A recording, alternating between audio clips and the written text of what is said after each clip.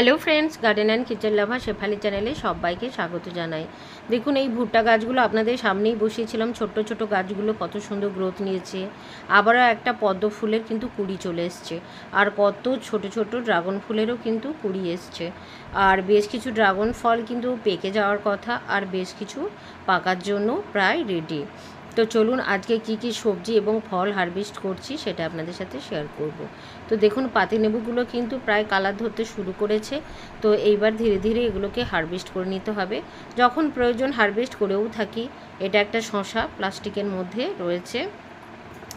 আর এখানে দেখুন একটা পুরুল, মিষ্টি পুরুল, এটাও তোলার মতো হয়ে গেছে। আর একটু মোটা হতো, কিন্তু যাই হোক কচি অবস্থায় আমি তুলে নেব। আর এইখানে লাউ গাছটা সুন্দরভাবে কিন্তু মাচাতে উঠে যাচ্ছে, বেশ কিছু কুঁদরিও হয়ে আছে। তো এই পুরুলটা একটু শক্ত হয়ে গেছে বীজ, এটা আজকে আর তুলব না। তো চলুন কি কি তুলছি সেটা শেয়ার করব। এখানেও বেশ কিছু দেখুন লেবু রয়েছে। আর এখানে কি পরিমাণে বৃষ্টি হচ্ছে দেখেই বুঝতে পেরেছেন, গাছ এবং ছাদ বাগান পুরোটাই কিন্তু ভিজে সপ করছে। তো এই দেখুন ড্রাগনগুলো প্লাস্টিকের মধ্যে বাঁধা রয়েছে। আর ইঁদুরের হাত থেকে বাঁচানোর জন্যই আমি এরকমই করছি, সেটা আপনাদের সাথে আগেও শেয়ার করেছি। এখানেও দুটো ড্রাগন ফ্রুটস কিন্তু বাঁধা রয়েছে। তো আজকে একটু খুলে দেখব যে কোনটা তোলার মতো হয়েছে কিনা, পেকেছে কিনা। আশা করছি এইটা কিন্তু কালার হালকা করে আসতে শুরু করেছে। তো যাই হোক প্লাস্টিকগুলো খুলে দেখাচ্ছি। আর একটা দুটো করে ভেন্ডি কিন্তু রোজই আমি এখান থেকে পাচ্ছি। আর এইগুলো হচ্ছে তরই গাছ বা থুতকি ঝিঙে। তো এখানে তো রয়েছে সবেদাও প্রচুর পরিমাণে হচ্ছে। আর শশা একটা দুটো করে হচ্ছে। আর এই আতাটাও কিন্তু একদম তোলার মতো হয়ে গেছে। যাই হোক এই আতাটা আজকে আমি তুলবো না, কারণ আর 1 থেকে 2 দিন পর তুললে এটা খুব সুন্দর গাছ পাকা হয়ে যাবে। তো আমার একটা গ্রাউন্ডে ছোট্ট গাছ রয়েছে, সেখানেও দুটো বড় বড় সাইজের আতা তোলার মতো হয়ে গেছে। সেই আতা দুটো আজকে তুলে নেব। আর এইখানে দেখুন এই যে গাছগুলো কিভাবে বৃষ্টির জলে ভিজে একদম সপ করছে।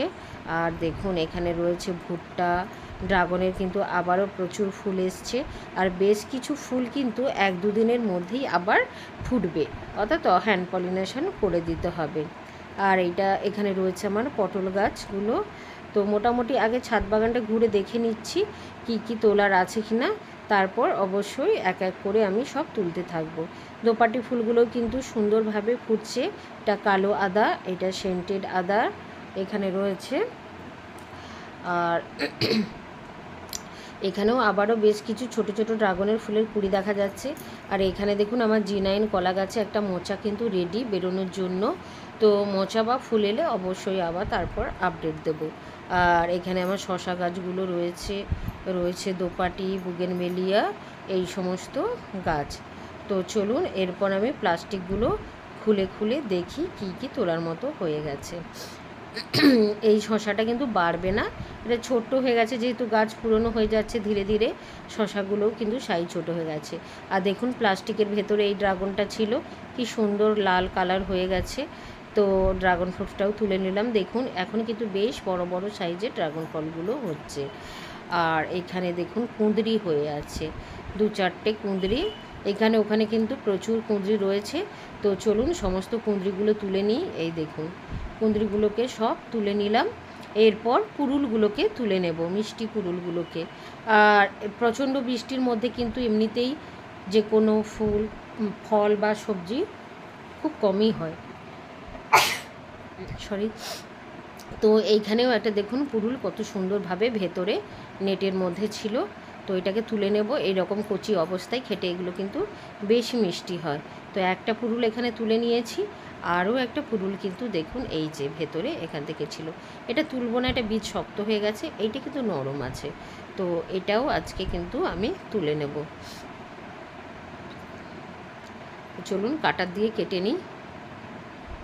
এই দেখুন ড্রাগনের গাছের মধ্যে পড়ে গেছে। এই যে এখানে পুরুলটাও কিন্তু তুলে নিলাম।